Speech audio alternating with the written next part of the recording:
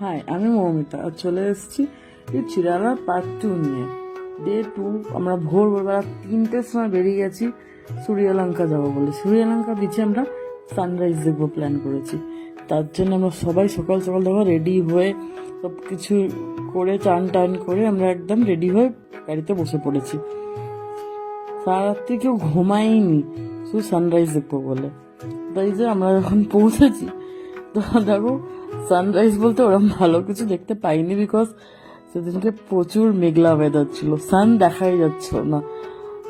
তাও ওয়েদারটা ফোনে অতটা ভালো ক্যাপচার না হলেও ওয়েদারটা অসাধারণ ছিল, দারুণ লেগেছে। আমরা প্রচুর মজা করেছি। এই যে আমি ওভার এক্সাইটেড, আমি তো সমুদ্র লাইফে বলতে পারো ফার্স্ট টাইম দেখছি। মানে আমার কাছে সমুদ্র ও মানে ছিল একটা না পাওয়া ভালোবাসা।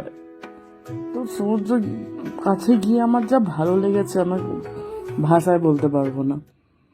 প্রচুর আমরা এনজয় করেছি, প্রচুর আড্ডা মেরেছি ওখানে সমুদ্রতে বসে, সমুদ্রের আশেপাশে দেখে।